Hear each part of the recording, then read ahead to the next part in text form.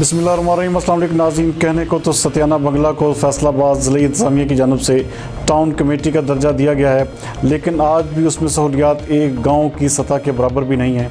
हमारे नुमाइंदे शहजाद अख्तर के मुताबिक एक ही बारिश से सतियाना बंगला में जगह जगह कीचड़ इकट्ठा हो जाता है। बारिश की वजह से लोगों का जीना भी मुहाल है।